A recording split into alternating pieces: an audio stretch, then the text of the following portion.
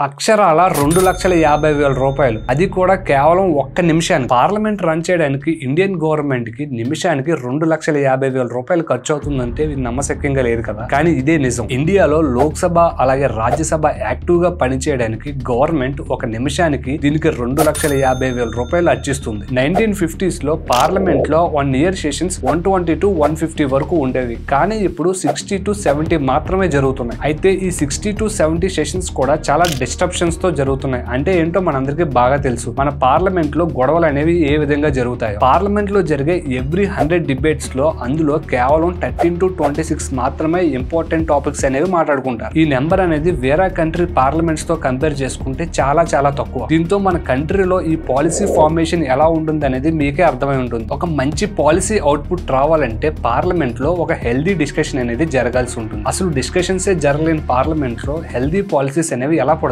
ఇలాంటి అన్పార్లమెంటరీ అలాగే unnecessary debates వల్ల ప్రజలకి పార్లమెంట్ మీద ఉన్న ట్రస్ట్ అనేది పూర్తిగా పోయే అవకాశం ఉంది. ఈ డిస్కషన్స్ అనేవి పీపుల్ ప్రాబ్లమ్స్ తో డీల్ చేయాల్సి ఉంటుంది. అంతేకాని పొలిటీషియన్స్ పర్సనల్ ఇంట్రెస్ట్ తో మాత్రం కాదు. ఒక హెల్దీ డెమోక్రసీలో డిబేట్స్ అండ్ డెలిబరేషన్స్ అనేవి ఉండడం చాలా ఇంపార్టెంట్ అని ఒక ఎలిమెంటరీ బుక్ చెప్తుంది. ఒకసారి మీరు ఆలోచించండి. ఒక నిమిషానికే కేవలం 2,50,000 రూపాయలు ఖర్చు అయితే ఒక రోజులో 12 గంటలు జరిగే పార్లమెంట్ సెషన్స్ కి ఒక రోజుకి ఎంత ఖర్చు అవుతుంది అనేది మీ ఊహకే వదిలేస్తున్నాం.